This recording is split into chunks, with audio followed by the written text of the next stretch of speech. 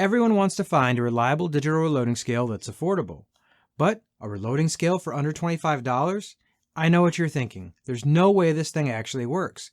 But today we're going to put this scale to the test and find out if you can really score a usable reloading scale on a reasonable budget. Hopefully I don't need to go into all the reasons that a good reloading scale is an absolute necessity for a reloader. A scale needs to be able to reliably measure your powder charge to make sure above everything that your charge weight is safe. After that, usability and preferences come into play. So let's get into the details. Proper disclosure is always important. I was scrolling through the Midway USA website for things that I thought were interesting, and I saw that this scale was on some sort of a sale for $24.99. This is the National Metallic Digital Powder Scale, 1600 grain capacity, and as far as I'm aware, the only source for it is Midway. Now, Midway USA is a sponsor of this channel, but to clarify, they have no input whatsoever and realistically no idea that I'm even reviewing it. When it was delivered, I saw the price had dropped even further to $22.49, but nobody cares about the cost if it doesn't work well. The first clue that the scale might be decent is the reviews. It overall has a 4.6 out of 5-star rating, and 96% of the reviewers recommended it. That said a lot to me about giving it a chance. The scale starts off strong with a power cord, calibration weight, a powder pan, and a plastic cover that looks like some sort of a windshield. There's no fancy carrying case or packaging, just a cardboard box with all the included items. The scale can be powered two different ways, 3 AAA batteries or the included power adapter. One feature that is notably absent from the scale is auto shutoff. Personally, I'm not a fan of auto shutoff, but you do need to remember to turn off your scale if it's running on battery.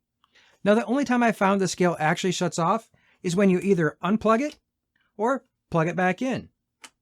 Either one of the two events is going to turn the scale off. If you decide to leave your scale on and you lose power, it will turn the unit off. It will not restart. You'll have to manually turn it back on. Let's take a quick look at the most important feature, accuracy. I ran multiple tests with my check weights at any reasonable charge weight that I could imagine, and it read exactly right every time. The advertised accuracy is plus or minus 0.1 grains. Most scales anywhere close to this price point claim that level of accuracy. But the scale always settled on the appropriate weight for whatever charge weight I was using. I tested everywhere from 200 grains and below, and every time, back and forth, it worked exactly the way it should. So when it comes to accuracy, I have absolutely nothing bad to say. It worked really well. Now, another favorite test of mine is, can you trickle on the scale? Well, first thing you need to know is that the scale is pretty tall. My Lyman trickler is unscrewed almost the whole way to get the height adjusted to something that's usable. The response time of the scale is a little bit slow, so you can't trickle too fast or you're probably going to go over. I'm sure with practice this will become a little less noticeable, but it's something to consider. One thing you need to be aware of is trickling from zero. This is truly one of the hardest tests for a scale in this category. Scales like this tend to stick at zero. Temperature change and air currents are the enemy of a scale like this, and so most of them have some type of a mechanism in their software that tries to keep the scale at zero if you leave it there.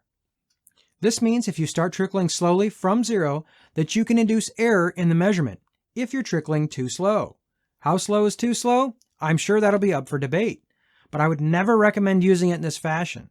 As long as you have some type of a bulk charge, you're probably going to be fine, but it is something to be aware of.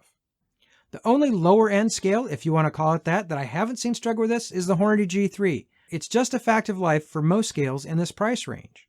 I'm sure a lot of folks will think I'm being nitpicky, but it is something to be aware of. As far as the readability of the display, it's pretty good overall. If you're very off angle, it isn't quite as clear. For me anyway, it's been perfectly fine. The backlight does turn off a little bit fast in my opinion, but I'm guessing this is just in the name of saving the battery if you're using it that way.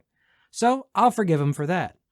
The pan itself is okay, but until it gets broken in, you're going to be having that ball powder stick issue that just about all pans have. But if this acts like every other pan I've had, with a little bit of use, it's just going to get better. Frankly, very few scales in this price range even come with one.